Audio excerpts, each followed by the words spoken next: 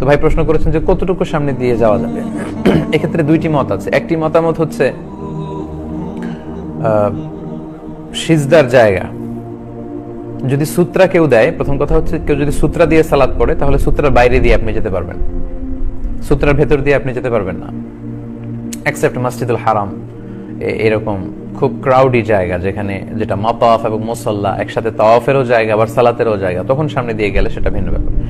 কিন্তু আমাদের মসজিদগুলোতে আমরা অনেক সময় যে ভুলটা করি, সালাত শেষে এমন জায়গায় সুন্নাহ পড়তে দাঁড়াই তখন অন্যান্য মুসল্লিদের জন্য বের হয়ে যাওয়াটা খুব কষ্টকর হয়ে দাঁড়ায়। এটা কিন্তু ঠিক না। আপনাকে এমন জায়গায় দাঁড়াতে হবে, সালাত শেষে সাহাবারা মসজিদে নববীর যে উস্তুয়ানা পিলারগুলো আছে ওগুলো খুঁজে খুঁজে সবাই দাঁড়িয়ে যেতেন সালাত পড়ার জন্য। তো আমরা যেন এরকম এমন জায়গায় দাঁড়াই যাতে অন্যদের ক্রস করতে হেঁটে যেতে সমস্যা না হয়। অথবা এখন আলহামদুলিল্লাহ মসজিদগুলোতে ছোট ছোট সূত্রা পাওয়া যায়, সূত্রা নিয়ে যেন দাঁড়াই। তো কেউ যদি সূত্রা দিয়ে সালাত আদায় করে তার সূত্রার ভেতর দিয়ে যাওয়া যাবে না।